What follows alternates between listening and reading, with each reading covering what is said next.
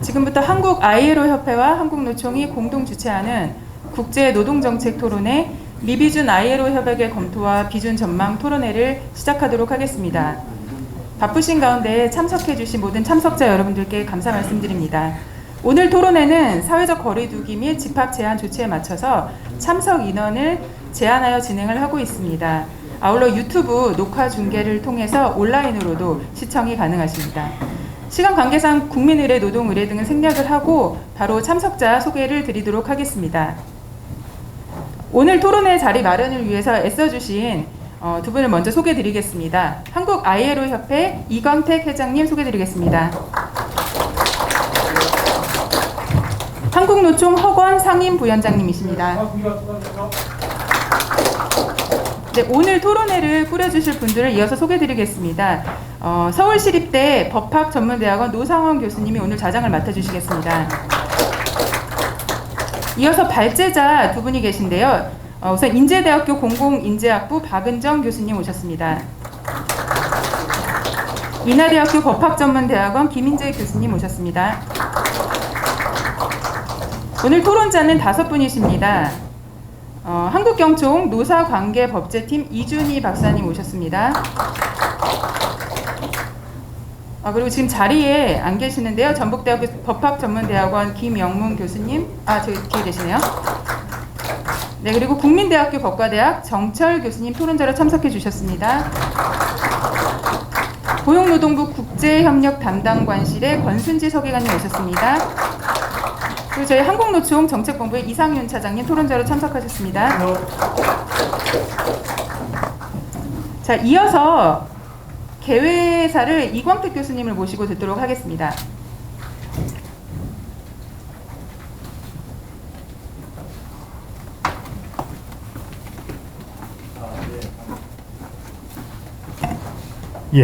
반갑습니다. 지금 소개받은 이광택 교수입니다. 지금 코로나 때문에 이제 2년 가까이 모두 다 고생 당하고 계십니다.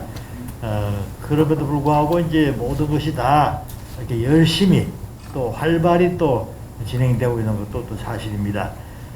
저희 ILO 협회 경우에는 이제 2019년, 2년 전 6월 달에 이제 ILO 창립 100주년을 맞이해가지고 그때 이제 그 제네바에서 큰 이제 행사가 있었는데 저도 참석했습니다. 그래가지고 한국이 이제 비준해 ILO 협약 이게 뭐다 하는 것에 대해서 이제 수차례 권고도 받았고 외교적인 압력이 이제 심한 것을 제가 몸소 또 느끼고 왔습니다.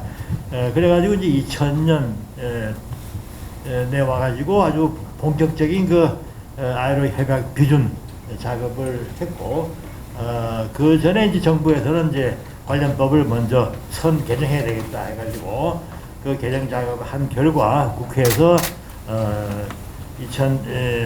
금년 2021년 1월 달에서 이제 국회에서 노동조합법 그리고 공무노조법, 교노조법을 이제 통과를 시키게 됐고 4월 달에 관련해서 이제 세계 협약 29호, 87호, 98호 세 협약을 이제 비준했습니다. 근데 이게 비준해놓고 보니까 이게 29호 협약은 1930년에 채택된 것이고 나머지 두 개도 1948년, 49년에 채택된 겁니다. 말하자면 아주 옛날 거죠. 옛날 거 이제사 비준했기 때문에 이게 좀 부끄러운 느낌입니다만은 아직 남은 과제가 많습니다.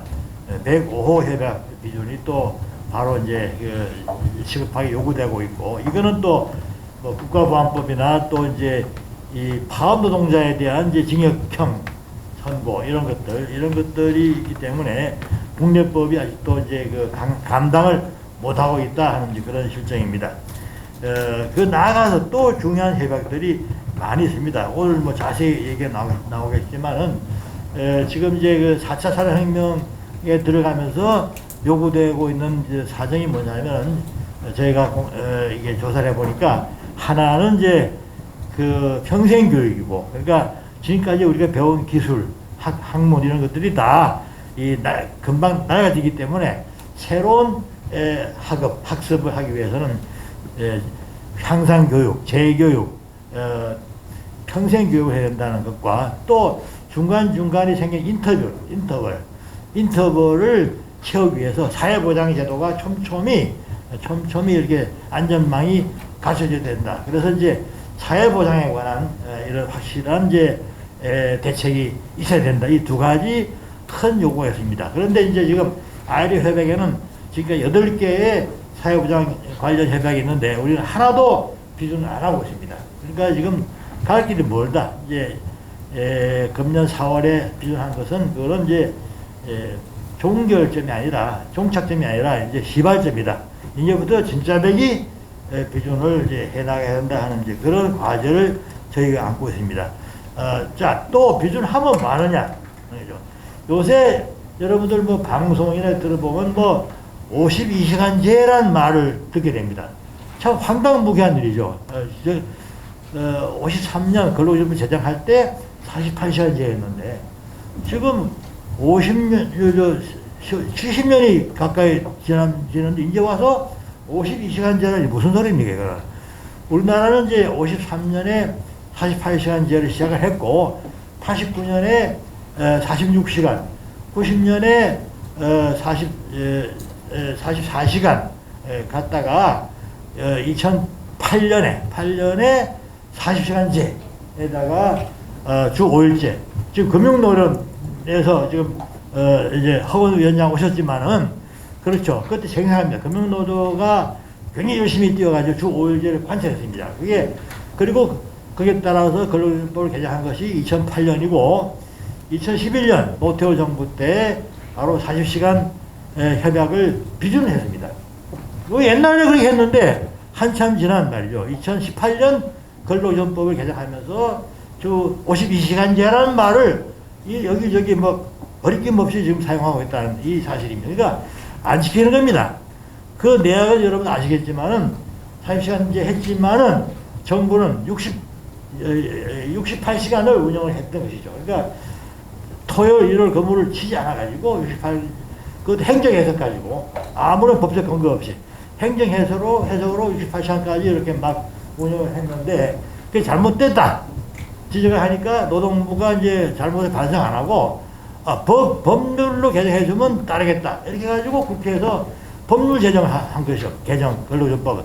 근데 참 이게 뭐 코미디인 것이 당시 개정 근로기준법 내용이 뭐냐면 일주일은 7일이다 이렇게 나옵니다. 참 창피한 노릇이죠.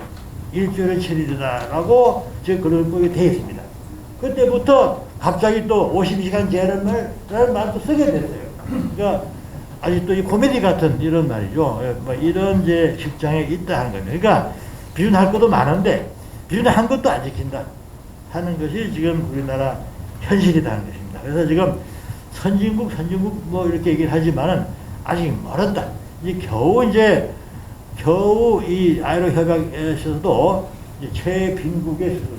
그래서 겨우 벗어나기 시작했다 하는 것을 제가 이제 뼈저리게 아직 느끼고 있습니다. 그래서 오늘 이 토론회는 지난 3개의 아이로 협약 비준이 종결점이 아니라 이제 시작점이다 하는 생각에서 개최되게 되었고 그동안 우리가 매년 2번씩 해왔는데 그동안 성과가 좋았습니다. 그만큼 이번 토론회도 좋은 성과 있게 되기를 기대합니다. 자, 오늘 참석해 주신 발제자, 토론자 여러분 그리고 특히 이제 한국노총의 허건 상임 부회장님 참석에 대해서 감사하게 생각합니다. 고맙습니다. 네, 이어서 한국노총 허건 상임 부위원장님 모시고 축사 말씀 듣도록 하겠습니다.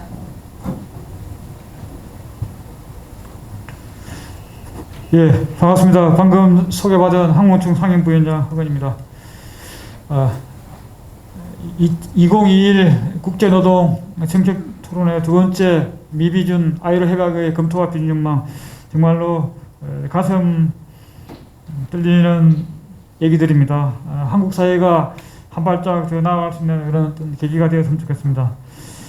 지난 4월 20일 우리나라 정부가 국제 수준의 노동기본권 보장을 위해 국정과제로 추진해오던 세계의 기본협약 비준서를 기탁하여 비준 절차를 공식적으로 마무리했습니다. 이로써 우리나라는 ILO에 가입한 지 30년 만에 마침내 국제사회와 약속을 지키고 국제노동기준의 준수를 위한 초석을 마련하게 되었습니다. 분명 우리 노동자에게 큰 수확이자 결실이고 뜻깊은 일이 아닐 수 없습니다. 하지만 가야 할 길이 많이 남아 있습니다.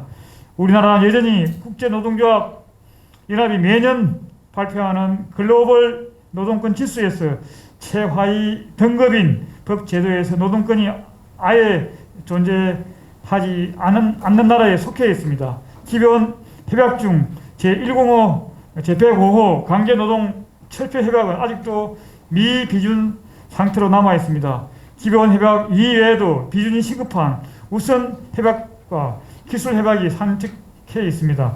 무엇보다 기본 협약 비준은 관련 법 제도 개정으로 이어져야 함에도 지금까지의 노동법 개정 내용은 모든 노동자에 대한 국제 수준의 보편적 노동기본권 보장에 대한 협약 비준의 목적에 턱없이 부족하기만 합니다. ILO 기본협약 비준을 통한 노동기본권 강화는 코로나19 경제위기 극복을 위해서도 매우 중요한 과제이기도 합니다. 어느 누구도 소외되지 않은 포용적이며 지속 가능한 위기 대응책으로서 국제노동기준이 중심이 되어 길라잡이 역할을 해야 합니다. 최근 지속가능 발전 목표이나 지속가능 경영에서 역시 국제노동기준은 노사정 각 주체들이 위기에 대응하고 노동기본권 강화를 위해 각자 역할과 책임을 정립하는 데 중요한 큰 축으로서 활발히 논의되고 있습니다. ILO 기본협약 기준은 그 자체로 목적이 아닌 국제 수준의 노동기본권 보장을 위한 수단이자 방법임을 다시 한번 강조드리고 싶습니다. 이 때문에 이번 기본협약 기준은 끝이 아닌 시작입니다. 오늘 토론을 개최하게 된 가장 결정적인 이유이기도 합니다. 아무쪼록 오늘 토론을 통해 ILO 기본협약 비준이 의미하는 바를 새기고 이를 바탕으로 우리에게 남겨진 과제를 살펴보고 점검할 수 있기를 기대합니다. 바쁘신 와중에도 토론의 발제를 맡아주신 김인재 교수님, 박은정 교수님께 깊은 감사의 말씀을 올립니다. 토론의 사회를 맡아주신 노상원 교수님께도 감사의 말씀을 올립니다. 아울러 지정 토론회를 맡아주신 우리 김영문 교수님, 김정철 교수님, 그다음에 이준희 박사님, 권순지 세이가님, 그 밖에 오늘 토론에 관심을 가져주신 모든 분들께 감사의 말씀과 함께 모두의 건성을 기원합니다. 감사합니다. 고맙습니다.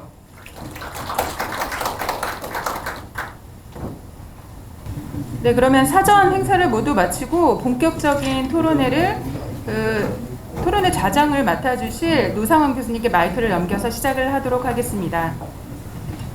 네, 안녕하세요. 오늘 학술대 2021 국제 노동 정책 토론회의 사회를 맡게 된 서울시립대학교 노상원입니다.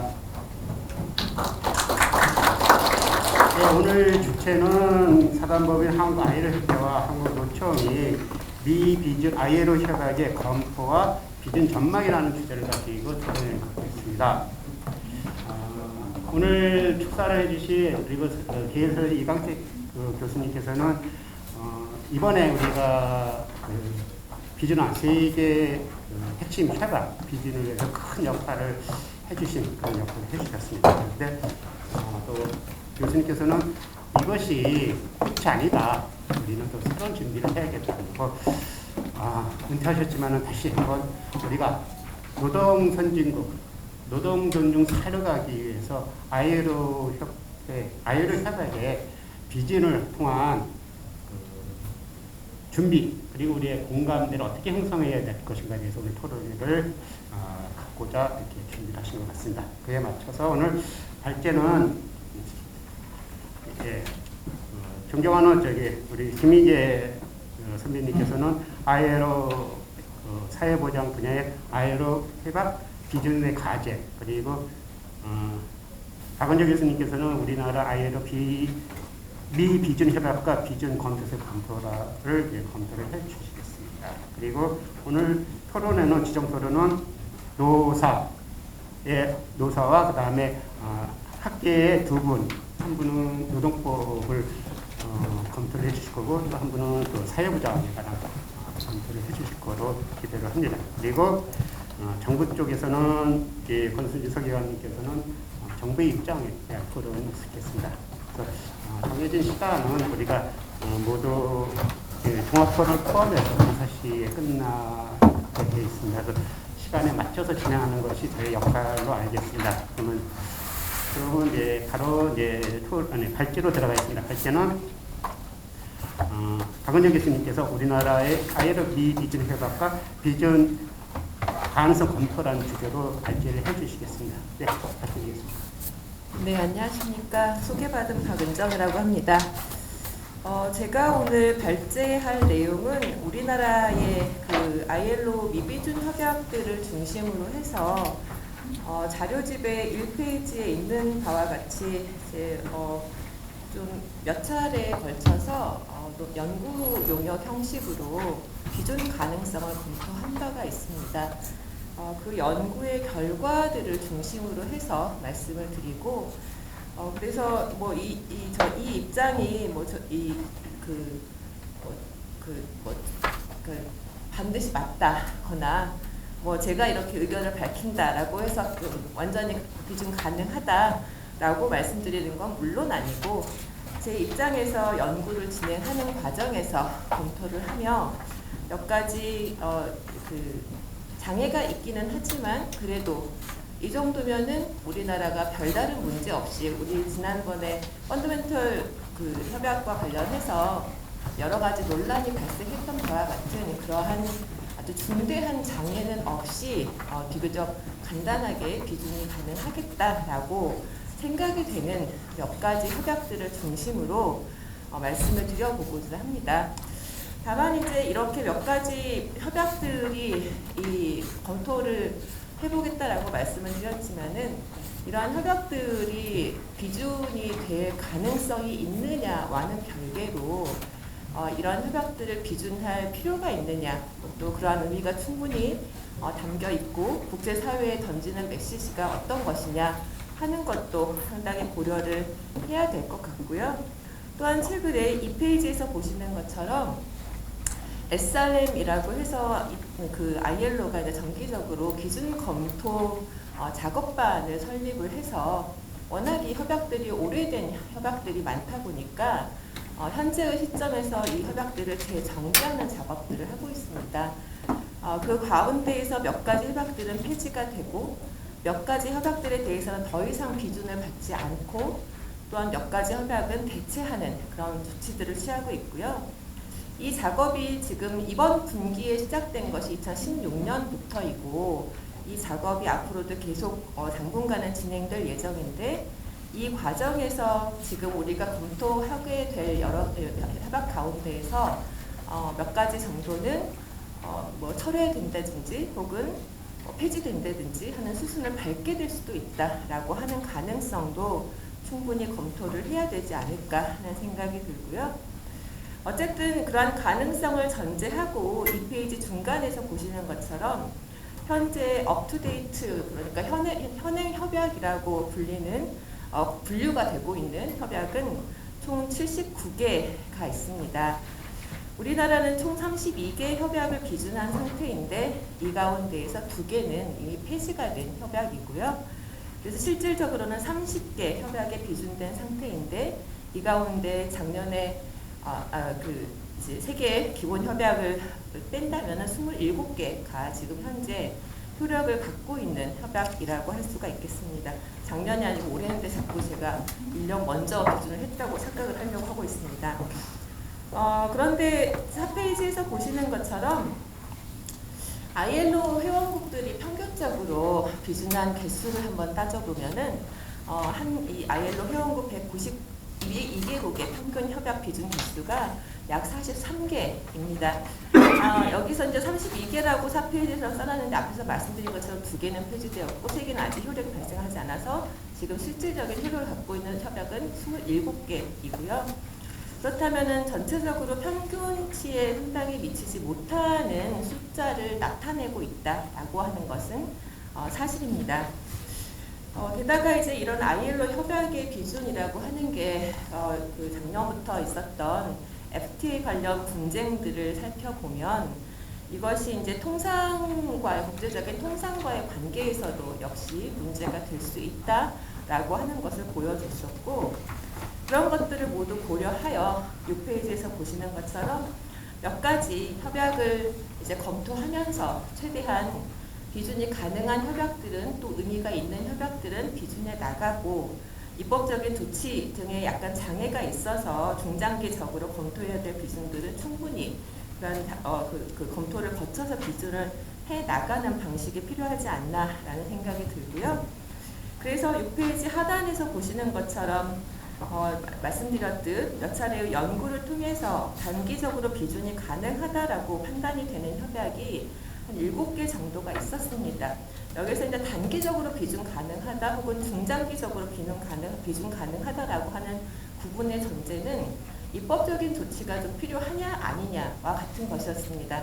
그러니까 우리가 그 기본 협약을 비준하는 과정에서 노조법 개정이 필요했고, 노조법 개정이 없이도 뭐 선기준 후 개정이냐 뭐 이런 논란이 있었던 것 같은, 그와 같은 어떤 입법적인 조처가 조금 필요하다라고 보이는 부분들은 최소한 국회의 어떤 동의, 기준에 대한 동의라든지 의결 절차 등을 거쳐야 된다라고 전제할 수 있기 때문에, 그래야지 이제 원만하게 기준이 된다고 볼 수 있기 때문에 그러한 사항들을 빼고 나서 뭐 단기적으로 별다른 입법적인 조치 없이 기준이 가능하다든지, 혹은 약간의 문제가 있긴 하지만 해석적으로 대처 가능하다든지 하는 범위로 분류할 수 있는 것들이 총 7개 정도였었고요.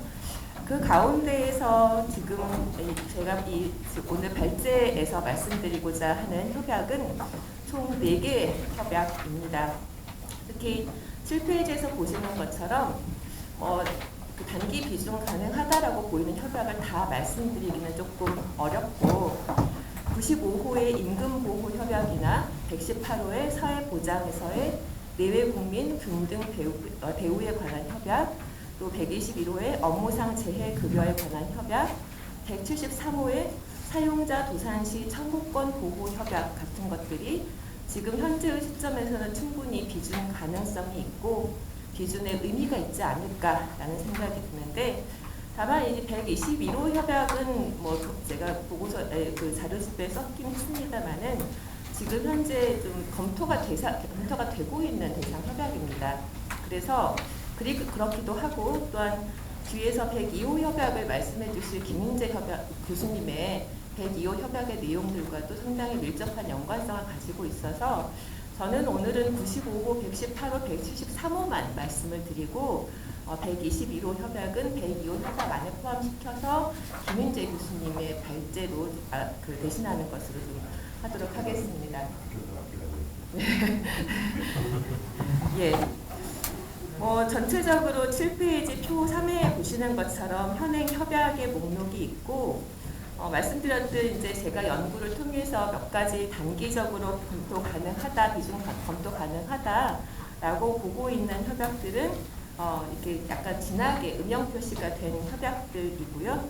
이 가운데에서 말씀드린 바와 같이 3가지 정도 검토를 한 결과를 말씀을 드리도록 하겠고, 오늘 새삼스럽게 토론해 주시는 선생님들께 굉장히 감사드리는 게, 이게 이제 보고서 내용이 굉장히 방대한데 그 중에 딱 일부만 지금 갖다가 집어 넣어놔서 상당히 읽기 힘드시지 않았을까 하는 생각이 드는데, 너무 토론을 나중에 이제 잘 해주실 것이 예정이 되어 있어서 굉장히 감사드리고, 또한 좀 이 자리를 빌려 죄송하다라고 하는 말씀도 같이 드리고 싶었습니다.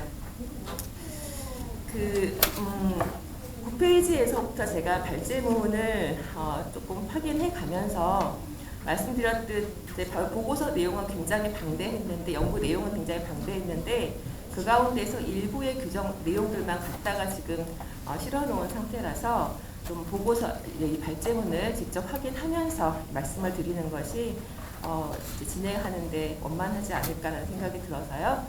읽어가도록 하겠습니다. 발제문 중심으로 해서요. 9페이지에서 보시면 이제 먼저 95호의 임금보호협약이라고 하는 것을 1949년에 만들어진 이 협약을 검토를 한번 해봤습니다.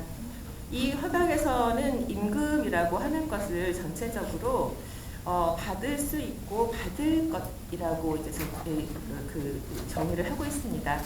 그래서 뭐 완성될 일 또는 제공되었거나 제공될 노무에 대해서 사용자가 문서 또는 구두로 고용계약에 의거하여 근로자에게 지불하는 것이다 라고 규정을 하면서 10페이지 이하에서 보시는 것처럼 임금 지급 후 방법들을 통화 지급의 원칙, 직접 지급의 원칙, 전액 지급의 원칙, 정기 지급의 원칙 4가지를 규정하고 11페이지에서 보시는 것처럼 이 임금을 처분하고 사용하는 것이 근로자에게 자유에 맡겨져야 한다는 것 12페이지에서 중간 착취 금지, 압류 제한, 임금 채권 우선 면제, 그리고 임금의 명시 의무와 관리 감독에 대한 국가적인 의무를 두고 있습니다.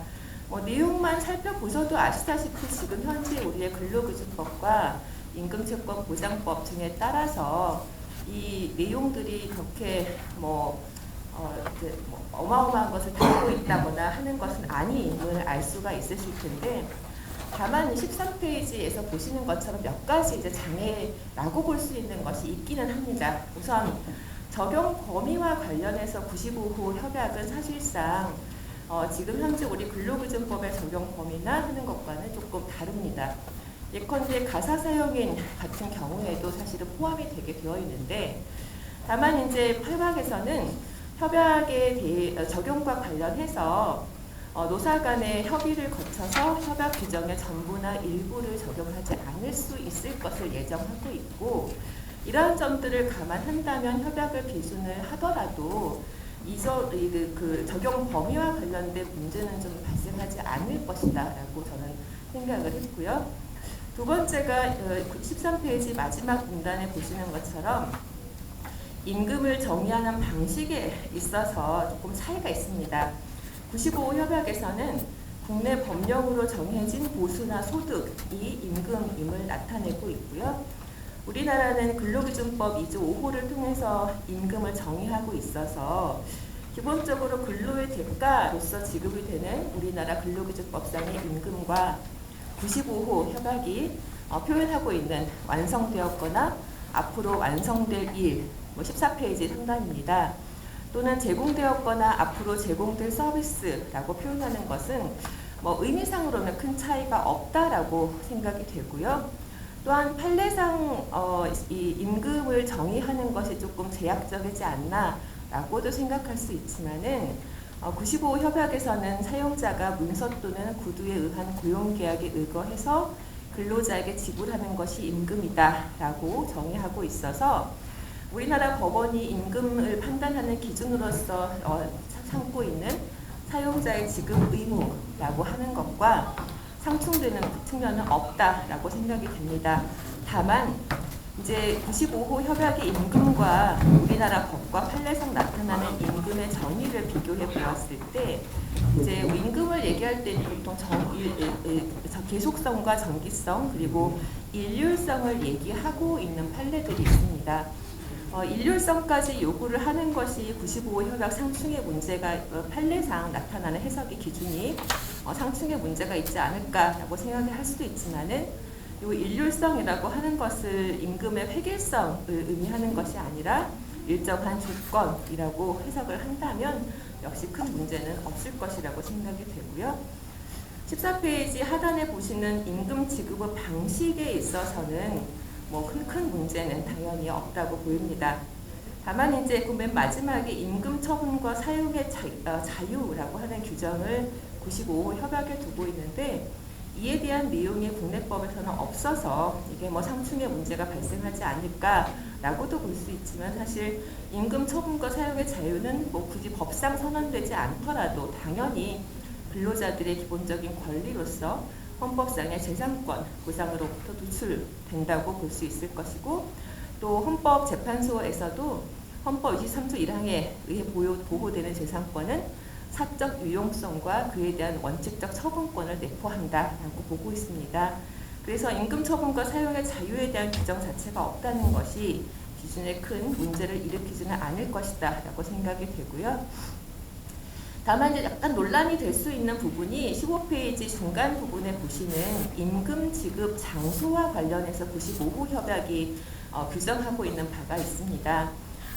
임금 협약과 95호 협약은 앞에서 보셨듯 1949년에 제정이 되었고 당시 이제 임금 지급을 하는 방식으로서는 지금과 같은 계좌이체 방식이 없었을 것이기 때문에 평균 지급을 원칙으로 해서 뭐 근로일의 근무처 또는 인근에서 임금을 지급해야 된다 이런 내용이 있긴 합니다만은 요거는 사실상 지금 현재의 시점에서는 의미가 있는 규정이라고 보기는 좀 어렵지 않을까라는 생각이 들고요. 다만 모든 근로자들이 계좌이체 방식 등을 통해서 임금을 지급받는 것은 또 아니고 뭐 일용직 근로자 등에 현금으로 임금을 지급받는 경우를 배제할 수는 없고 그러한 경우에는 95호 협약에서와 같이 뭐 현금으로 임금을 지급할 때 적절한 방법에 따라서 지급할 것을 요구하면 충분하지 않을까라는 생각이 들고요. 현재 이 95호 협약에서 우리나라 법과 명백하게 상충하는 부분이 바로 중간 착취와 관련된 16페이지의 내용입니다. 이 중간 착취 금지와 관련해서 근로기준법은 법률에 따르지 아니하고는 영리로 타인의 취업에 개입하거나 중간인으로서 이익을 취득하지 못하도록 하고 있고요. 그래서 직업의 소개 사업이나 근로자 파견 사업 같이 별개의 법으로 예외를 인정을 하고 있는데 95호 협약은 이 예외를 인정하고 있지 않습니다. 다시 말하면 유료 근로 직업 소개 사업이라든지 근로자 파견 사업과 같은 말하자면 유료 그 제3자가 중간에서 이익을 취득하는 경우 가능성을 예정하고 있지 않아서 이 점에서 95호 협약이 상충되는 부분이 국내법에서 발생하게 되는데 95호 협약이 제정된 시기 1949년을 감안을 해보면 ILO에서 1933년에 유료 직업 소개소에 대한 협약에 같이 직업 소개 사업과 그 영리로 타인의 취업에 개입하는 행위를 엄격하게 금지를 하고 사실 파견 근로 형태 등에 대해서는 이제 협약 차원에서는 알지 못하고 있었습니다. 그러다가 파견 근로제를 포함해서 민간 영역에서의 직업 소개 사업의 기능을 인정하기 시작한 것이 97년에 민간 취업 알선 업체에 관한 협약 181호 협약이고요. 근로자 파견업에 대한 규제 기준의 논의가 시작이 된 것도 ILO 차원에서 1980년대 이후에서야 이루어졌습니다. 그렇기 때문에 95호 협약이 제정된 시기에는 아직 근로자 파견 사업과 같은 간접 고용에 대한 인식이 충분하지 않았다라고 볼 수 있고 2021년인데 12년이라고 썼습니다. 21년 현재 95호 협약을 181호 협약과 조화롭게 해석을 한다면 여기에서 중간 착취 금지는 181호 협약 적용의 한도 내에서 그 예외가 인정된다고 보아야 될 것이고 이러한 해석의 전제 위에 선다면 중간 착취 금지와 관련된 협약 상충의 가능성도 배제할 수 있지 않을까라는 생각이 들었습니다. 기타 압류 제한이나 임금 채권 우선 변제 그리고 임금에 대한 관리 감독 등에 대해서는 사실상 상충의 문제가 없다라고 보고요. 또한 이제 최근에 근로기준법 개정을 통해서 임금 명세서 교부 의무 규정이 근로기준법에 들어왔습니다. 그것들을 통해서 임금의 어떤 명시와 관련된 내용들도 충분히 보장이 되고 있다라고 보여져서 17페이지에서 보시는 바와 같이 몇 가지 우리 법과에 없는 내용들을 95호 협약이 얘기하고 있기는 합니다만은 충분히 해석적으로 검토해 나가서 상충의 문제를 발생시키지 않을 수 있다라고 볼 수 있는 한편 설사 이제 우리 법에 없다고 할지라도 협약을 비준하게 되었을 때 그래서 협약이 국내법과 같은 효력을 가질 때 그 95호 협약에 정하고 있는 내용, 우리 법에는 없는 내용들이 우리 법 질서에서 큰 문제를 일으킬 것 같지는 않고 또 따라서 법 개정까지 필요하지는 않는 부분들이 아닌가라는 생각이 들어서 단기 비준 가능 협약으로 분류하고 검토를 말씀을 드렸습니다. 두 번째 협약이 118호 협약 20페이지인데요. 조금 논란의 여지는 있습니다. 사실 사회보장과 관련한 내외국민 균등 대우 협약은 단지 우리가 이 협약을 한다 안 한다의 문제라기보다도 다른 국가들과의 사회보장 협정 차원에서 충분히 검토되어야 될 많은 내용들을 담고 있기 때문에 이게 뭐 비준을 한다고 했을 때에는 사실 사회보장 협약 전체를 다시 재검토해야 되는 그런 문제가 발생할 수도 있지 않을까라는 생각이 듭니다. 다만 이제 그러한 문제를 일단 제껴두고 요 사회보장 협약에서의 내외국민 균등대우 협약이라고 하는 게 우리 법제도 차원에서 어떠한 상충의 가능성이 있는지와 관련해서만 검토를 해보면 20페이지에서 보시는 것처럼 협약에서는 주로 상호주의 원칙에 따른 균등 대우 원칙, 그래서 20페이지 중간에 A부터 I까지 여러 가지 사회보장의 영역이 있는데 이런 사회보장 부문의 하나 또는 둘 이상의 의무가 외국인에 대해서도 지켜질 것. 근데 이제 단순히 외국인이 아니라 그래서 무국적자까지도 포함을 해야 되는 그런 내용을 갖고 있습니다. 그래서 아래 보시면은 이제 비준 그 아래에서 한 6번째 줄부터 보시면 비준한 사회보장의 적용 범위 및 수고권에 관해서 다른 회원국의 국민에게 자국민과 균등한 대우를 보장할 것, 특히 유족급여와 관련해서 유족이 회원국의 국적을 지니고 있는지 여부를 불문하고 균등한 대우를 보장할 것, 다만 상호주의 원칙에 따라서 일정한 균등의 권리라고 하는 것이 조정될 가능성을 보여주고 있습니다. 한편 21페이지에서는 이 118호 협약에서 사회보장의 급여에 원칙적으로 거주 요건이 부과되지 않을 것을 요구를 하고 있습니다. 다만 법으로 자국구 영역 내에서 일정한 거주 요건을 부과하고 있는 회원국의 국민에 대해서는 거주 요건을 부과할 수 있다라고 하고 있고요. 맨 마지막에 보시면 가족급여와 관련해서 그 자국민 및 가족급여에 대해 협약의 의무를 수락한 다른 회원국의 국민의 자녀들이 그 회원국의 영역에 거주하는 관련 회원국들이 합의한 조건 및 한도 내에서 자녀들에 대해서도 가족급여 지급을 보장할 것 같은 조건을 그 내용을 규정하고 있고요. 또 22페이지 해외 거주자에 대한 조치와 같은 규정들을 담고 있습니다. 23페이지에 가서 이 118호 협약이 갖고 있는 사회보장에서의 내외국민 균등 대우라고 하는 조건, 이 의미는 23페이지 남옥에서 보시는 것처럼 사회보장에 있어서 내외국민의 균등함을 이루고자 한 것이고 구체적인 내용은 앞서 말씀드렸던 사회보장 협정을 통해서 사실 형성이 될 수밖에 없습니다. 118호 협약은 그 사회보장 제도와 관련해서 어떤 상호 간의 조치가 이루어질 수 있도록 하고 있고 또 사회보장 제도 하나 이상에 대해서 24페이지에 보시는 것처럼 하나 이상에 대해서 협약의 의무를 수락하면 충분하고 자국민에게 실효성 있게 적용되는 사회보장 법령을 갖고 있을 것을 조건으로 하고 있어서 우리나라는 이제 국민연금법에서 다른 국가와의 관계에 따라 국민연금 제도의 상호주의성을 선언하고 있기 때문에 어느 정도는 국민연금 제도의 연장성 상에서 협약 비준의 요건을 충족할 수는 있지 않을까라는 생각은 드는데 다만 처음에 말씀드렸듯 이 협약은 국적자뿐만 아니라 무국적자와 난민을 포함하도록 하고 있습니다. 그래서 24페이지 두 번째 문단에서 보시는 것처럼 우리나라와 사회보장 협정을 체결한 국가들과의 협정면을 살펴보면 체결 국가에 따라서 국적자, 무국적자, 난민을 보호의 대상으로 하는 경우도 있고 또 국적자만을 보호의 대상으로 하는 경우도 있습니다. 이 118호 협약을 비준하고 있는 독일, 프랑스와의 사회보장 협정에서는 무국적자와 난민이 포함되지 않고 있고요. 이 118호 협약을 비준하지 않고 있는 호주와의 사회보장 협정에서는 국적자만을 포함하고 있습니다.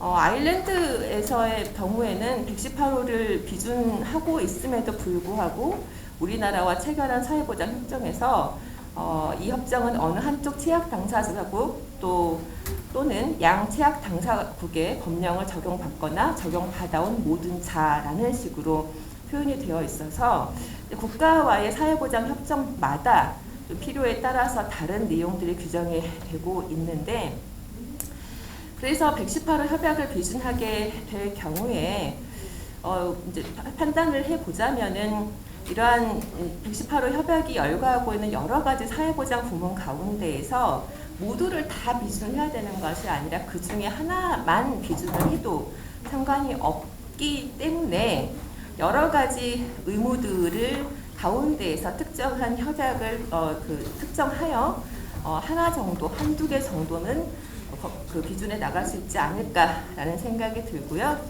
거기에서 검토해 볼 수 있는 것이 26페이지에서 보시는 것처럼 표 5에 이제 국가별로 118호 협약을 비준하고 있는 현황을 보여드리고 있는데, 우리나라는 다른 거는 사실 이런 사회보장 협정 등과에 관련해서 조금 난점이 있다는 생각이 들고, 다만 산재급여에 관련해서는 사실상 우리나라에서 일하고 있는 모든 사람들에 대해서 산재급여 제도가 적용된다라고 볼 수 있기 때문에 현 시점에서 산재급여와 관련된 내용만 기준을 할 수 있지 않을까라는 생각이 들긴 하는데, 다만 27페이지에서 보시는 것처럼 산재급여로 기준의 범위를 국한한다고 할지라도 이게 이제 제도적으로는 제약이 없다는 것이지, 사실 실질적으로 실효성 측면에서 실질적으로도 제약이 없겠느냐 하는 문제점이 제기가 될 수 있을 것 같기는 합니다. 그리고 이제 118호 협약 비준과 관련해서 27페이지 중간 부분에 보시는 것처럼 입법 정책적으로 조금 고려가 이제 중요한 부분들이 절대적인 급여 수준에 있어서의 국가별 차이 문제 같은 것들이 고려되지 않을 수 없지 않을까라는 생각이 들고요. 그래서 말씀드렸듯 산재급여 제도 하나 정도만 비준을 한다면은 큰 문제 없이 비준을 할 수 있을 것 같긴 하지만, 사회보장 협정의 문제라든지 이제 그 다른 이제 이게 고용노동부만의 문제는 아니고 다른 정부 부처들도 모두가 연관되어 있는 문제이기 때문에 그러한 차원에서는 제도적인 제약은 조금 있을 수 있겠다라는 생각이 들었고, 네, 그렇습니다. 그래서 118호 협약을 비준할 수는 있지 않을까. 하지만 좀 검토할 사항들은 많이 있겠다라는 생각을 들었습니다. 처음에 말씀드렸듯 28페이지 이하에서의 121호 협약은 생략을 하고요. 뒤에 38페이지 정도에서만 잠깐 말씀을 드리면, 이제 121호 협약 같은 경우에 중간에 그 담안에서부터 보시는 것처럼 현재 기준 재검토 절차 심사 대상이 되고 있습니다. 그래서 2027년부터 28년 사이에 파기가 되고 새로운 내용의 협약으로 대치될 가능성이 있지 않을까. 특히 102호 협약과 같은 것이 있고 또 이제 다른 사회보장 협약들과의 관계에서 125호 협약에 대한 현재성에 대한 조금 문제점이 있는 것 같습니다.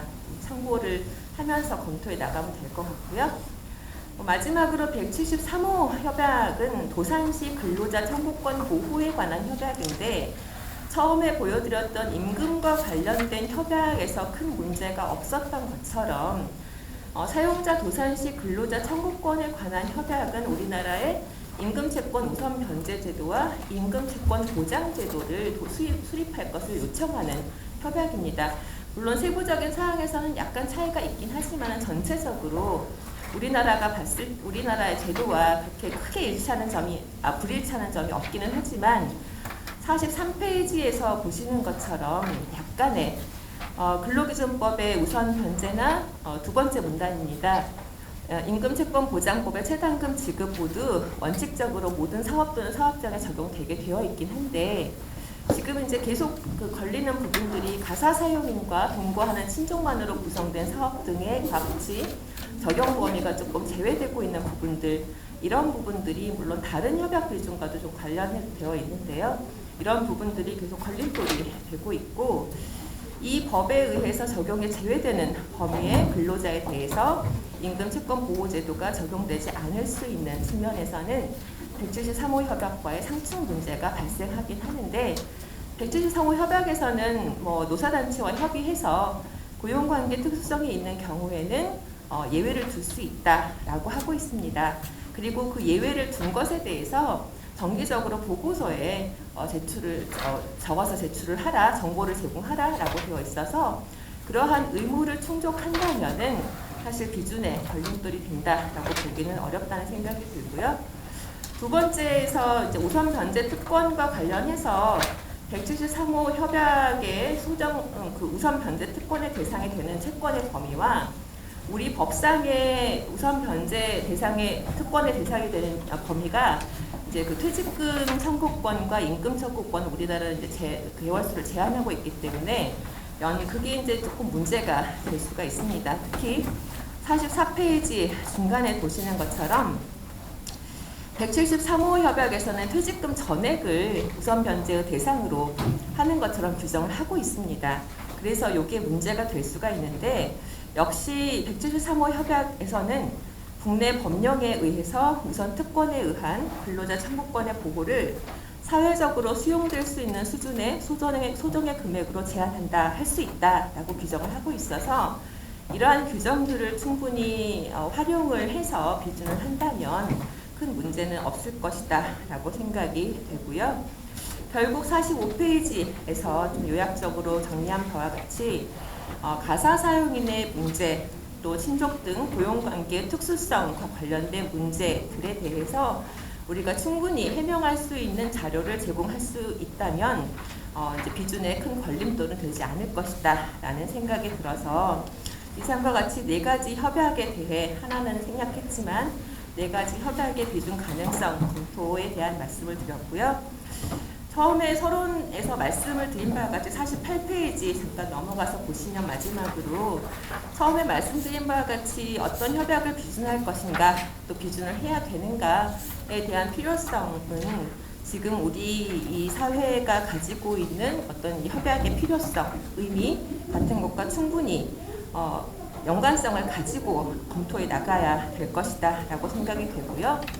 물론 이제 협약의 개수를 단순히 늘려가는 게 무슨 의미가 있겠냐라고 해서 이제 이런 협약들의 비준 가능성이 큰 의미가 없다라고 평가를 하실 수도 있는데 48페이지 마지막 문단에서 적은 바와 같이 2019년에 ILO가 설립 100주년을 맞이하였고요.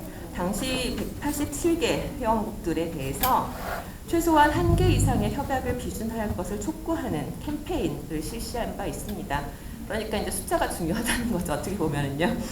그래서 이제 2019년 1년 동안 70개 협약이 추가적으로 비준이 된 성과가 있기도 했고 ILO 홈페이지에 들어가서 보면은 이 성과를 굉장히 자축하는 그런 내용들을 많이 볼 수 있습니다. 우리 입장에서 반드시 필요하냐 물론 중요한 기준이긴 하지만 그와 함께 좀 의미가 없다라고 생각이 되더라도 이런 숫자를 조금 하나씩 늘려가는 것도 중요한 국제사회의 어떤 이제 일원으로서 ILO 회원국으로서 중요한 메시지를 던져줄 수 있는 하나의 과정이 되지 않을까라는 생각도 들었습니다. 네, 6가지 마치겠습니다. 감사합니다. 예, 역시 이 후생 가해라고 후배는 마땅히 두려워해야 된다고 합니다. 박원영 교수님께서 아주 일목요연하게 우리 대한민국이 비준해야 할 ILO 협약에 대해서 잘 정리해 주셨습니다. 오랫동안 연구 보고서도 작성해 주시고 오늘 또 이렇게 정리된 안을 주셔서 저희가 상당히 좋은 아이디어를 얻고 논의의 그 기초자료를 얻는 데 상당히 도움이 됐습니다. 네, 감사드립니다. 시간도 잘 지켜주셨고 감사드리고 다음 제2주제로 지금 차기 대선에서도 상당히 중요한 부분이죠. 사회 보장에 관합니다. 현 정권은 문재인 정부는 노동 존중을 기침에 들고 집권을 했습니다. 근데 시대 정신을 보면은 다음 정부는 사회 보장, 불평등의 해소와 이 사회보장에 큰 중심을 둬야 될 시대의 과제를 안고 있다고 생각이 됩니다. 그래서 우리가 아까 모두의 이강택 교수님이 말씀하셨지만 사회보장에 관한 아이로 협업은 한 개도 비준하는 것이 없습니다. 그래서 이러한 것을 반추하면서 오늘 김인재 교수님께서 사회보장 분야의 아이로 협업 비준 과제라는 주제로 주제를 해주시겠습니다. 네, 듣겠습니다. 예, 발표를 맡게 되는 김인재입니다. 굉장히 낯서네요. 오랜만에 이렇게 발표하는 것을 해보게 되고, 더더구나 우리 이강택 교수님, 이강택 회장님의 광고로 인해서 평상시에 공부도 별로 안 했고, 더더구나 아시다시피 우리가 이 사회보장, 국내 사회보장 제도에 관한 제도에 대한 좀 논란은 있었지만, 이렇게 이제 국제사회보장, 특히 아이로의 사회보장 기준에 관해서 그야말로 좀 대충 적당히 우리가 이제 알고 있었지 않았는가. 더더구나 우리 이 자장님께서는 뭐 시대정신이라고 하는데, 지금 또 논의해야 될 아이로 102호 협약 자체가 1952년도에 이제 비준 채택된 그러니까 채택된 이제 협약이다. 참 이것도 70년 전 얘기가. 그 기준을 가지고 우리가 우리 국내 법령이 이 국제 기준에 부합하냐 안 하냐를 갖다가 이제 따져본다는 것도 어려운 얘기가 그렇습니다. 하여튼 이미 모두 다 알고 계신 내용들이지만 이제 우리나라가 그동안 주로 ILO와의 관계에서, 특히 ILO 협약과의 관계에서는 주로 노동 조건이라든가 노동권 쪽에 이제 많은 관심들을 집중해왔던 건 사실이죠. 그렇지만은 ILO 자체가 결코 이제 결국은 보호를 받아야 될 대상 자체가 대부분 근로자고 노동자고 하기 때문에 이 사회보장 분야에 대해서 워낙 초기부터 관심을 가져왔다는 사실은 이미 우리가 지금 다 알고 있는 사실입니다. 현장 전문에서도 당연히 이제 그 얘기들이 나오고 2044년에 이제 ILO의 목표와 목적을 선언한 이제 기초도덕 그리고 사회보장 대책에 관해서 보선과 이게 이제 이 ILO의 어떤 그 기본 책무 중에 하나가 세계 모든 회원국들이 이런 것을 이행할 수 있는 것이.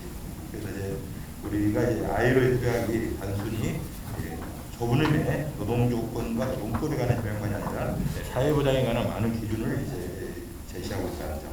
이 점은 우리 국제 유엔에서 얘기하는 이런 국제인권규약과 함께 중요한 역할을 하고 있습니다. 그리고 우리나라는 OECD 회원국이기도 하고 또 최근에 아마 공식적으로 선진국이 됐다라는 이제 보도도 봤습니다만, 우리 이제 뒤에 102호 협약이 나옵니다만은 개발도상국 특히 경제적 사회적으로 이렇게 되지 못한다라는 예외 기준을 적용할 수 있는 이제 규정들이 있는데, 그 부분은 우리가 논의할 자격이 있기 때문에 선진국입니다. 선진국이 된 상황에서 사회보장에 관한 국제적 기준에 우리가 어느 정도 좀 부합하고 있는가.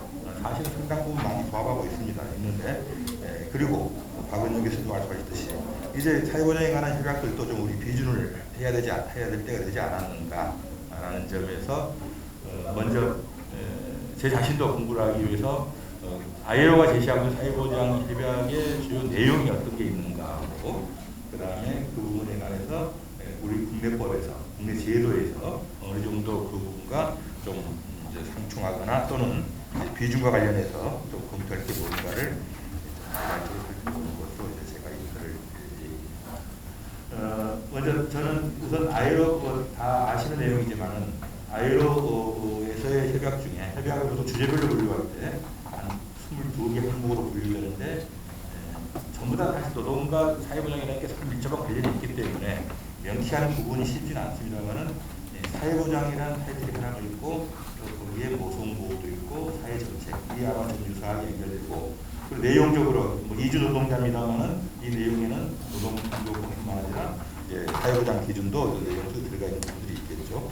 그래서 편의상 우리가 이제 이야기로는 표 1처럼 사회보장 기준에 관한 가장 일반적인 기준은 102호 협약이다. 그 최저 기준이다. 그 다음에 분야별로 얘기되는데 뭐 121호, 128호, 130호, 128호. 내용적으로 보면은 업무상 재해, 장애, 노령 유족, 뭐 의료 상병급여, 그다음에 실업급여, 뭐 일단 모성급여, 뭐 이런 쪽과 연결이 됩니다.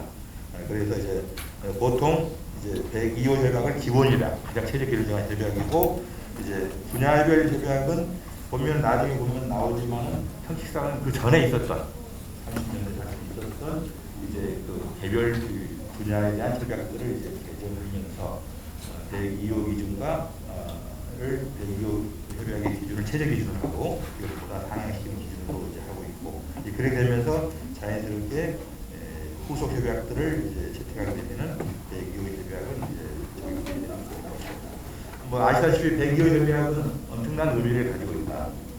그냥 그 ILO의 사회보장 역사에서 가장 기념비적이다. 그동안 이제 창설 때부터 여러 관심이 가졌지만 그동안 좀 변화가 있었습니다. 그래서 특히 1944년도에 채택된 소득보장공고라든가 의료보호공고가 어떻게 보면 ILO의 사회보장 정책의 큰 전환점이 된 계기였다.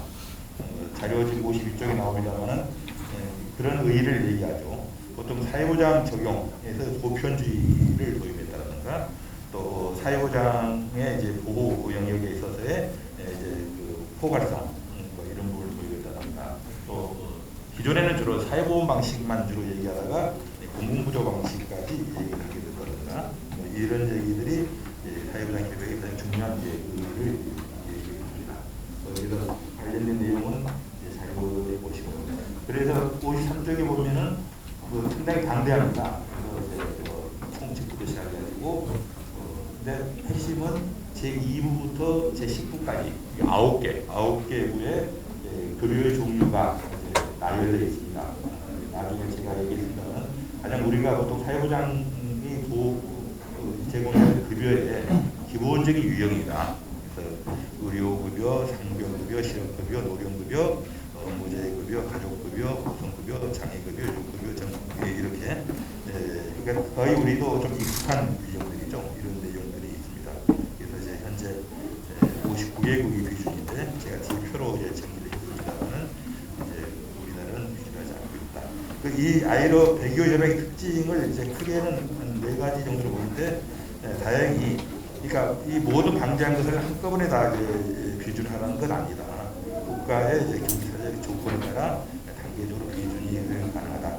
그렇지만 기본적인 비준의 요건은 9개 급여 중에 적어도 3개는 이제 해야 된다. 또 3개 중에도 그 가족급여와 이제 그 모성급여를 제한 우리가 기본적인 이제 사회보장 급여들 중에 하나는 포함되어 된다라고 이제 얘기를 하고, 마지막에 나온 것처럼 경제 및 의료시설 충분하지 못한 회용, 보통 개발도상국이라고 하는데 좀 기준을 좀 더 낮춘 예외 기준이 적용된다는 얘기고, 또 급여의 포괄성, 이제 얘기했던 것처럼 그동안 여러 개 이제 막그 분리되어 있던 것들을 하나의 협약 속에 모두 다 25년이니까 포괄적으로 여러 가지 이제 공통적인 규정도 들어오고요. 그다음에 보호 형식을 사회보호만 아니라 공공구조, 일반 조세하고 심지어 일정한 조건 하에서는 민간 제도에 의한 것도 이제 인정해주고 있는 이제 보호의 사약입니다. 그리고 이제 급여를 계산하는 데 있어서도 국가의 사정에 따라서 일종의 좀 중전소득, 그러니까 소득 비례 방식도 있고, 또 보통 성인 남자 노동자를 기준으로 하는 뭐 정액급여 방식, 또는 일정한 자산이 이제 이하인 사람들에게 지급되는 공공구조 방식의 기준들을 이제 제시하고 있다. 그래서 이제 근데 우리가 계속 의식해야 될 게 102호 협약은 그냥 가장 기본적인 최저 기준 협약에 불과하다는 거. 그 이후에 각 그 102호 협약에 들어가 있는 그 급여들에 대한 후속 협약들이 속속이 이제 채택이 됐다. 그래서 64년도에 의무제에 관한 협약 121호 협약이죠. 그 다음에 이제 장애 67년도 128호 협약, 주로 장애급여, 노령급여, 유족급여에 관해서 69년도에 의료보호와 상병급여, 그 다음에 이제 135협약이라고 그러죠. 1988년에 고용특집 실업보호에 관한 협약 168호 협약, 그래서 2000년에는 노동보호에 관한 183호에서 또 5개 협약이고, 이게 이제 내용적으로 설명해 보지만은 102호 협약에서 나왔던 적용 범위, 인구 기준, 급여 수준 기준 또는 이제 급여 기간에 대한 그 최저 기준을 좀 상향시켰습니다. 그래서 이에 대한 또 채택을 이제 또 이 5개 후속 협약과 같이 공고는 보다 더 높은 또 기준을 이행을 이제 공고하고 있다. 그래서 각 주에 이제 해당 공고들을 이제 표시를 했는데요. 이런 이제 우리 사회보장 아이로 협약의 어떤 체계를 좀 이해하는데 좀 참고가 됐으면 합니다. 그래서 56쪽에 이제 표가 나옵니다만은 102호 협약은 59개국이라고 아까 얘기했고요. 120호 협약은 24개국, 128호는 14개국, 130호는 16개국, 168호 협약은 8개국이고, 특히 모성보호에 관한 183호 가장 최근인데도 40개국이 비준하고 있다. 해서 제가 그 표를 했고요. 참고로 그렇죠. 58쪽에 각주 14에 보면은 이제 OECD 국가의 상당수가 대기업 협약과 또 이제 후속 협약들을 이제 비준하고 있습니다. 그렇지 않은 나라들도 있다는 것을 표시했고요. 그래서 이제 저는 오늘 이 자리에서 대기업 협약과 후속 협약을 중심으로 해서 아이로의 사회보장 기준을 잠깐 소개를 하려고 합니다. 그래서 간단하게 이제 소개하고요. 사실은 뒤에 조금 정리된 내용도 있기 때문에 9개의 협약에 대해서는 좀 개괄적으로 우선은 이제 어떤 사고에 대해서 그 보장을 해야 되는가라는 요보장을 하고, 그것도 급여 사유라고도 얘기합니다.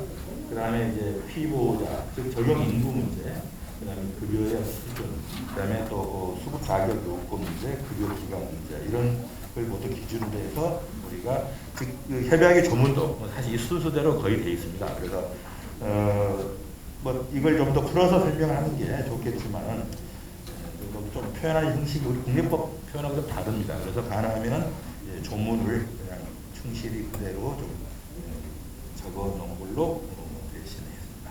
그래서 먼저 이제 어떤 의료급여, 의료보호라고 할 때는 우리가 사실 생각하는 우리 이제 건강보호법상의 뭐 요양급여와 큰 차이는 없습니다. 그래서 원인에 관계없이 모든 병적인 상태와 임신분만 결과, 그리고 130%는 임신분만은 빠졌습니다만은 이런 얘기고, 특히나 이제 치료적 급여, 치료적 성질만이 아니라 예방적 성질의 의료급여의 수요를 충족해 줘야 된다는 얘기를 하고요. 그 다음에 이제 피보호자 적용 범위 기준인데, 기본적으로 이제 아이로 협약 기준에서는 이제 3가지 인구 기준, 보통 피용자라고 하는 근로자, 그 다음에 또 경제활동, 거주자 중에 경제활동 인구, 또는 그 다음에 일반 전체 거주자에서 이제 그 3가지 기준으로 보통 이제 그 적용 범위 기준을 얘기하고, 그래서 뒤에 이제 85쪽을 보면은 아예 85쪽에 아예 그 표로 정리되어 있는 것이 있다. 그래서 이 각 급여마다 대부분이 근로자 기준, 경제활동 기준, 그리고 필요할 때는 이제 거주자 기준 이 얘기를 하는데, 여기서는 주로 이제 근로자와 이제 경제활동 기준으로 했을 때 102호 협약은 이 의료급여뿐만 아니라 이하 모든 급여들이 적어도 그 근로자의 50% 이상을 적용 범위를 해야 된다. 경제활동 인구는 20% 이상, 뭐 이런 기준을 이제 제시하고 있고, 그 후속 협약들에서는 이 부분이 대부분 상향 조정됩니다. 그래서 실업급여를 제외하고는 이제 일단은 근로자들은 100%, 이제 또 더 나아가면 이제 수습 근로자라든가 의정 근로자 이런 얘기도 나옵니다만, 기본적으로 근로자 100%라는 얘기하고 경제활동 인구는 이제 75% 이상 이렇게 해서 상향 기준이 됩니다. 그래서 기본적으로 이게 되고, 이제 각주 16에 다시 59쪽에 본 것처럼 앞에서 얘기했던 개발도상국에 대해서는 이 부분의 기준을 좀 낮춰서 잠정적으로 얘 기준을 적용할 수 있도록 했다는 내용이 있습니다. 뒤에서 설명했던 것처럼 102호에서는 이제 50% 20% 얘기인데, 이제 130호에서는 보다시피 100%, 75%이 기준이 얘기됐고요. 그 다음에 급여 수준은 뭐 우리 이 법상 건강보험법의 요양급여와 큰 차이가 없다라고 생각합니다. 그 다음에 또 자격 내 수급요건 기준, 이 부분도 이제 86쪽에 보면은 이제 자기요건 기준인데 주로 일정한 급여에 대해서는 그냥 특별한 자기요건 기간 기준을 얘기하지 않습니다. 다만 국내 법령으로 정한다면은 남용 억제에 필요한 기간 이런 정도만 이제 아이로에서는 얘기하고 있고 의료급여, 상병 실업급여가 있고 나머지 다른 급여에 대해서는 일정하게 그냥 그 기여금 납부라든가 또는 이제 고용 기간이라든가 이런 시간을 제시하고 있는 것이다. 그 얘기입니다. 그 요건이고 급여 기간도 뒤에 또 90페이지 나옵니다만 특히 의료급여에 있어서는 사고가 전속하는 기간이다. 근데 102호에서는 26주까지 정도로는 제한할 수 있다라고 했는데 130호에서는 이제 이거 자체를 이제 삭제를 했습니다. 그래서 지금 현재는 이제 급여 기간에 제한이 없는 것이고 또 비용의 본인 일부 부담할 수 있는 규정을 두고 있습니다. 이런 정도로 이제 우리가 이제 다음에 보면 건강보험과 관련해 가지고 의료급여를 살펴볼 수 있고요. 상병급여가 지금 우리 사회에서 지금 현안이 되고 있는 이제 그 급여 중에 하나입니다. 지금 아마 정부도 그렇고 많은 기획단을 준비해서 준비를 하고 있는 걸로 알고 있습니다. 뭐 내용을 간단히 보자면은 보장 사고는 어떻든 간에 병적인 상태로 인해서 근로소득의 중단을 수반한 근로불능이다. 국내 법령이 정하는 것이다라고 되어 있고요. 마찬가지로 50%, 20% 기준이 있고 후속 협약에서는 수습 근로자를 포함한 모든 근로자 이렇게 되어 있습니다. 그 다음에 이제 급여 수준인데 이제 의료급여와 달리 우리가 이제 상병급여부터 아이로 이제 해제하기에서 8개 급여가 현금급여입니다. 그래서 현금급여는 공통적으로 일종의 급여 기준을 산정하는 방식을 정하고 있습니다. 보통 그걸 정기적 지급이라고 표현하고 있는데 78쪽에 보면은 이제 공통 규정으로 이제 전체적으로 규정하고 있습니다. 현금급여의 지급 원칙을 정기적 지급을 하고 크게 이제 3가지 방식으로 이제 65조, 66조, 60조 이렇게 얘기하고 있습니다만은 이제 간단하게 정리하자면은 이제 소득 비례형, 그래서 수급자의 종전 소득이라든가 가족 그 수당을 합쳐서 연계되는 형태가 있고, 두 번째는 보통 성인 남자 근로자를 기준으로 해가지고 정액급여로 이루어지고 있고, 세 번째는 일정한 이제 소득 이하에 대한 공공구조 방식의 이제 정액급여가 또 있다라는 거고, 그걸 좀 더 구체적으로 풀이한 게 정기적 지급의 산정 기준입니다. 있는데 뭐 상당히 좀 문장의 표현이 복잡하고 길고 어려운데 하나는 급여가 가족수당까지 합쳐가지고 수급자 또는 그 부양자의 종전소득하고 표준수급자가 그 그림에 나온 것처럼 보통은 처와 2 자녀가 있는 남자 또는 이제 연금수급률이 처가 있는 남자 등등에서 좀 급여 사유에 따라서 좀 다릅니다. 기본적으로는 처가 2 자녀가 있는 남자라고 해가지고 이들과 동등한 가족적 책임을 지는 피고자에 지급되는 가족 합계액 해가지고 백분율, 그러니까 복잡한 내용보다는 뒤에 나와 있는 45%, 45% 등등 이 표현입니다. 이 표현과 그 다음에 표 4와 개별 그 후속 협약에 나와 있는 상향된 백분율, 이 부분이 앞에서 봤던 88쪽에 이제 표로 좀 정리를 했습니다. 88쪽에 보면은 102호 협약에서 그러니까 이제 의료급여는 이제 현물이기 때문에 이제 따로 얘기가 없고요. 상병급여부터 45%, 실업급여 45%, 노령급여 40%, 그다음에 이제 어모제급여는 근로불능과 유족 장애에 따라서 다르고, 특히 또 모성급여, 장애급여, 유족급여 있고요. 이 부분 등이 후속 협약에서는 좀 상향 조정됩니다. 그리고 후속 공고에서는 더 높아지고 있습니다. 이 부분을 이제 참고하시면 되고요. 그래서 상병급여는 기본적으로 종전소득 내지는 성인 남자 근로자의 금액 45%가 지급돼야 된다는 점을 알고 있습니다. 이제 121호 이제 135 협약에서 60%로 이제 올라갔다는 얘기입니다. 그리고 급여 기간도 상병급여는 원칙적으로 사고 전속 기간이지만은 이제 동일한 질병에 대해서는 26주까지 상한을 줄 수 있다는 거. 이 부분을 130 협약에서는 52주까지 상향을 시켰습니다. 그리고 그다음에 세 번째 실업급여도 우리가 익히 짐작하는 바와 내용 비슷한데 특히 이제 168호 협약에서는 일종 회원국에 따라서 회원국에게 통상 근로시간 또는 법정 근로시간의 일시적 감축으로 적는 부분적 실업에 따른 소득 상실, 그다음에 일시적 조업 중단으로 인한 소득의 정지 및 감소에까지 이 협약의 보급을 확대하도록 노력해야 된다라는 부분을 또 이제 규정하고 있습니다. 그리고 뭐 피보호자도 보통 이제 50% 기준을 얘기하고 있고요. 뭐 급여 기준은 실업급여는 이제 종전소득의 45%, 68호 협약에서는 50%로 얘기되고 있고, 그다음에 급여 기간이 이제 이 부분도 위에 이제 90쪽에 보면은 급여 기간 기준들이 몇 가지 있는데 일반적으로는 이제 장기급여는 그냥 사고 전 기간으로 되십니다. 노령급여, 가족급여, 장애급여, 유족급여들은 그냥 사고 전 기간인데 나머지 이제 급여들도 대부분 일단은 사고 전 기간인데 장기화됐을 때 일정한 제한, 의료급여 같은 거 앞에서 봤던 것처럼 26주로 돼 있다가 후속 협약에서는 없어졌죠. 상병급여는 26주에서 후속 협약에서는 52주까지 정도는 제한이 가능할 수 있다는 거. 실업급여도 마찬가지로 이제 102호 협약에서는 13주 정도를 상한이 최저, 그러니까 상한을 둘 때 13주 이상으로 둬야지 13주 주도면 안 된다는 얘기죠. 마찬가지로 후속 협약에서는 이제 26주 상한을 두더라도 1년 단위에서는 26주 이상으로 둬야 된다. 또 2년간의 좀 이상으로 둬야 된다. 이런 이제 급여 기간에 관한 업무제 급여도 이제 일단은 특히 3일은 안 되는 얘기고요. 이런 이제 급여 기간의 규정들에 따라서 이제 특히 실업급여도 102호 협약에서는 그냥 그 1년에 13주간을 얘기하고 있다는 것입니다. 그리고 168호 협약에서는 이 부분에 관해서 이제 좀 더 연장했다는 얘기가 있어요. 26주까지는.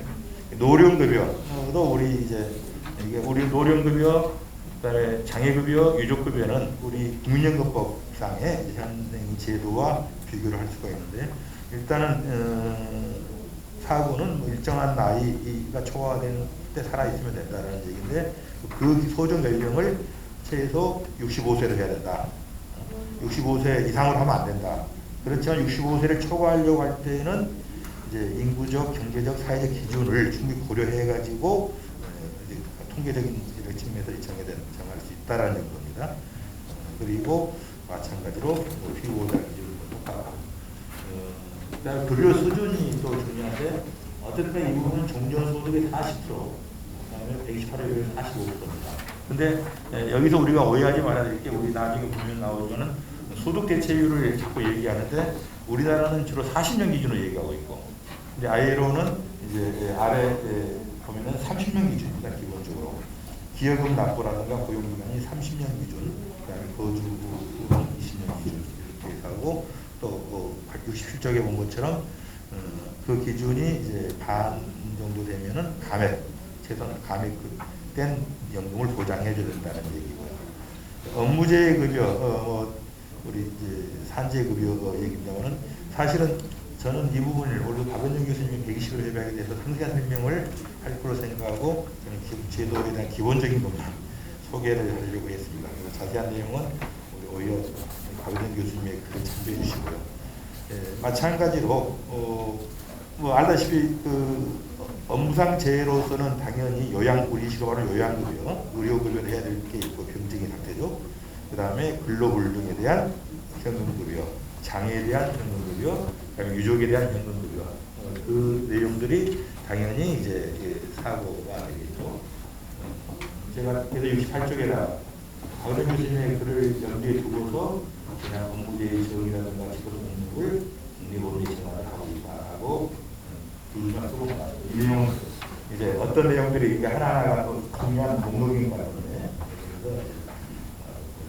마찬가지로 피보호자에서도 이제 특히 121호 협약에 있어서는 수술병을 포함한 모든 근로자들이 일시 일부 이제 좀 제외하시는데 그들도 피보호자 총수 10%에 달하지 않는 자를 제외하시는 얘기고요. 급여 수준은 의료급여는 또 의료급여 큰 차이가 없고요.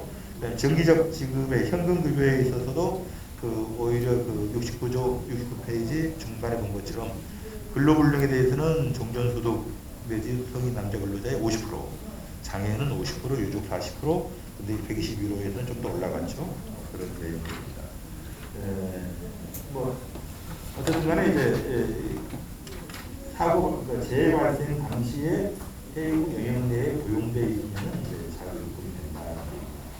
가족급여 부분도 거의 비슷한데 가족급여의 중요한 것 중에 하나가 실질적으로 보면은 A양처럼 현금급여만이 아니라 여러 가지 식료품 내지 의료 주거 등의 현물급여도 포함되어야 된다는 거.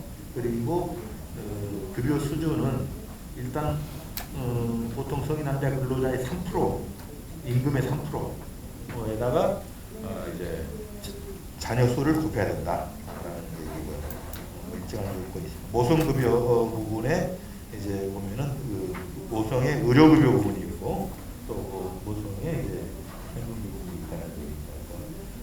일단 183호 협약에서는 모든 비정형 형태의 의존 근로자를 포함한 모든 고용 여성에게 모성급여가 보장된다는 것을 하고 있습니다.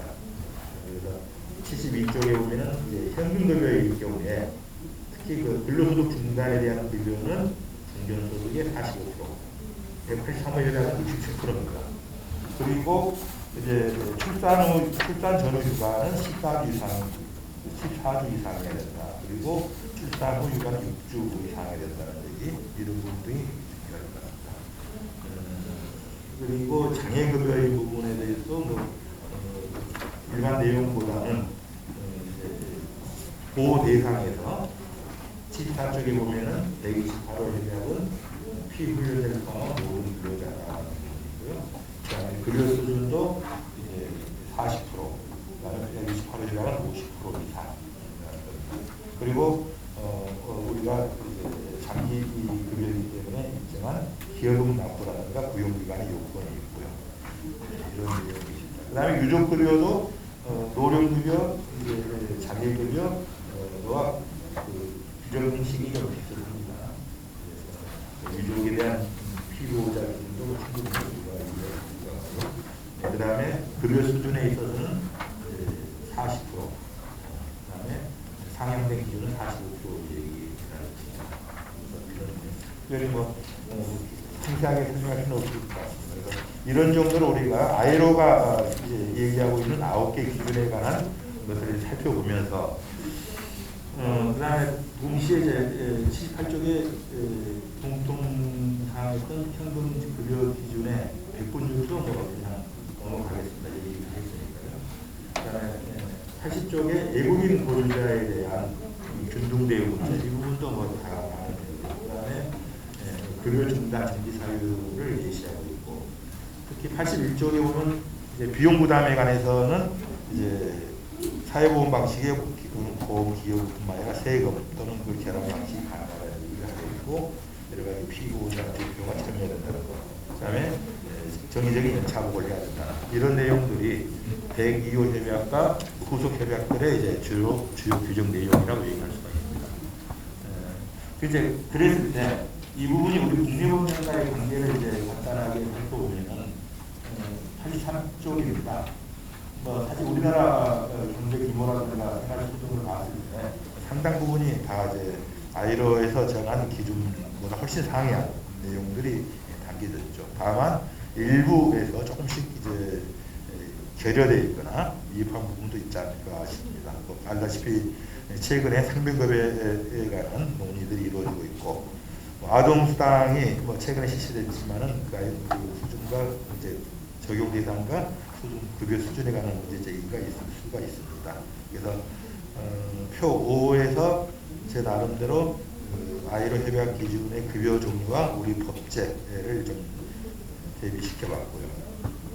그래서 어떻든 간에 이 하나 보려면은 각 제도가 어떻게 운영되고 있는지 실제로, 그러니까 법령상에도 어떤 기준들이 적용 범위라든가 기준들이 나오지만은 실제로 그 부분이 현실에서 여러 가지 적용 범위라든가 또는 그 급여 수준이라든가 급여 기간 등이 일일이 이 기준에 부합하는지는 통계적 수리적 차원에서 한번 조사들이 있어야 되겠죠. 그렇지 않은 상황에서는 뭐 그냥 검증의 규정만 가지고 해결할 수 없다. 그런 점에서 이제 보통 적용 범위, 적용 인구 기준들 앞에서 얘기했지만은 85쪽 이하에서 보면은 뭐 크게 우리 법은 큰 문제는 되지 않는다. 뭐 아직 없는 것 빼놓고 상병급여라든가 아직 그 없는 것 빼놓고 그다음에 가족급여 없는 것 빼놓고는 이미 이제 적용 대상 문제는 크게 문제되지 않은 걸로. 근데 이 부분도 실질이 봐. 예를 들어서 국민연금만 하더라도 우리 법 제도상으로는 모든 국민들이 즉 ILO가 얘기하고 있는 노령급여 뭐 50% 20% 뭐 이 얘기들이 다 충족될 겁니다만은 실질에 있어서 특히 거주자 지역 가입자들의 문제는 더 조사를 해봐야 되겠죠. 그런 부분을 조금 얘기하고 보면 큰 문제는 있지 않을까 판단해봐야 되겠는데 또 자기요건 수급요건 기준에 있어서도 이제 ILO의 각 기준들이 있습니다만 뭐 의료급여는 큰 문제 없고 상등급여는 아직 없으니까 별 그럴 수 없고 실업급여가 우리 법도 이제 완화는 시켰습니다만은 그래서 이직전 18개월 동안에 180 희고음 단위 기간이 그러니까 ILO에서는 그 숫자로는 없습니다. 다만 남용 억제를 하기에 필요한 기간이 적절한지 아닌지는 이제 생각해봐야 봅니다. 그다음에 뭐 나머지 급여들도 뭐 크게 문제되지 않을 것이다. 이제 핵심은 이제 주로 급여 수준과 급여 기간의 문제일 텐데 급여 수준에 있어서 88쪽에 보면은 이제 또그 표가 정리되어 있습니다. 실업급여가 이제 과연 이제 현재 지금 기초 제가 50개 잘못했다. 하여튼 뭐 어느 정도 이 부분도 좀 더 판단해봐야 되겠습니다. 그렇지만 여기 기준에서 나오는 것보다는 문제는 이제 그 노령급여, 장애급여, 유족급여 문제인데 이 부분은 조금 이제 정확한 조사와 통계가 필요하다. 우리 국민연금법은 현재 지금 28년 기준으로 해가지고 40년 가입 기준이 50%로 되어 있습니다. 이것만 본다면은 형식상으로는 충족할 것 같지만은 이게 이제 0.5%씩 감소 돼가지고 28년에 40%가 되죠. 근데 이제 ILO에서는 30년 기준으로 저 숫자를 얘기하고 있다는 점에서 좀 계산을 해봐야 되겠다. 이 부분은 장애급여, 유족급여에도 영향을 미칩니다. 장애급여, 유족급여 자체는 문제가 아니는데 이게 기본연금액 플러스 부양가족연금액을 하다 보니까 노령급여 기준이 낮다 보면은 이 부분도 이제 영향을 미친다. 그래서 아마 이 부분일 겁니다. 뭐 업무재급여 잘은 모르지만은 숫자상으로는 큰 문제는 없을 것 같고요. 이게 평균임금을 기준하기 때문에 그리고 가족급여 이거는 뭐 아직 이제 시행 초기니까 판단할 여지도 없어 보입니다.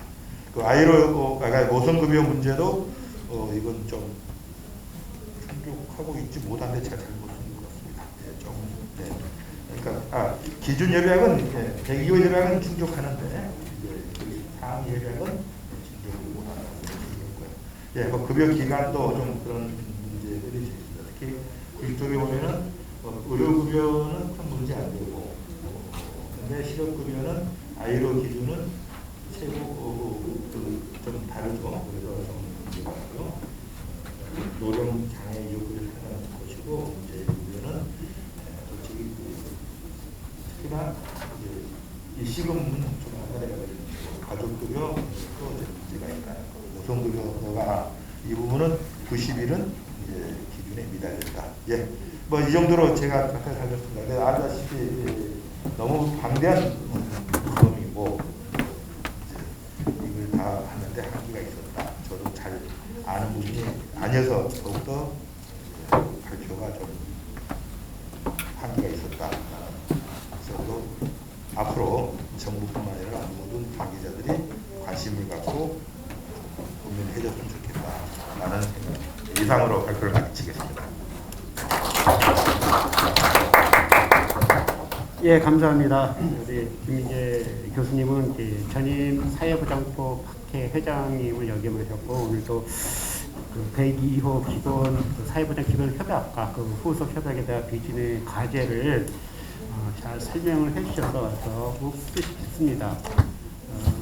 노동 관련 미비준 협약에 대한 검토는 고용노동부가 특히 준비하고 연구해서 기초 연구가 돼 있어서 상당히 그 논의가 상당히 성숙돼 있고 압축돼 있지만은 아까 우리 박은영 교수님도 말씀하셨지만 이 사회보장 관련 주관 부처는 노동부인지 아까 그 노동과 사회보장이 연결되는데 그 구분이 안 돼 있어서 이 연구 그 주관 부처가 어디인지 그래서 이것도 보건복지부도 이렇게 오셔서 같이 연구를 줬으면 좋겠다는 생각이 들었습니다. 그럼에도 불구하고 기초 연구 없이 이렇게 방대한 양을 짧은 시간 내에 잘 설명을 해주셔서 아주 저희들이 공부를 많이 하고 이제 보건복지부도 이제 숙제를 안고 같이 기초 조사 아니 시험을 통해서 앞으로 우리가 미비준 협약을 어떻게 확대해 나갈 것인가 이런 과제를 안게 되었습니다. 네. 시간상으로는 일정표를 보면 쉬게 시간이 없습니다. 그래서 우리 뭐 쉬게 시간이 없기 때문에 기초체들이 아직 강하신 것 같으신데 우리 조금 쉬었다 종합토론을 하시기 어떠신지 그래서 예, 조금 진행 사회도 없고 그럼 제가 그 사회를 맡은 제 직권으로 10분간의 휴식을 갖겠습니다. 그러면은 저희가 3시 45분에 지정토론과 종합토론을 이어나가겠습니다. 네, 10분간 휴식을 취하겠습니다. 네, 감사합니다.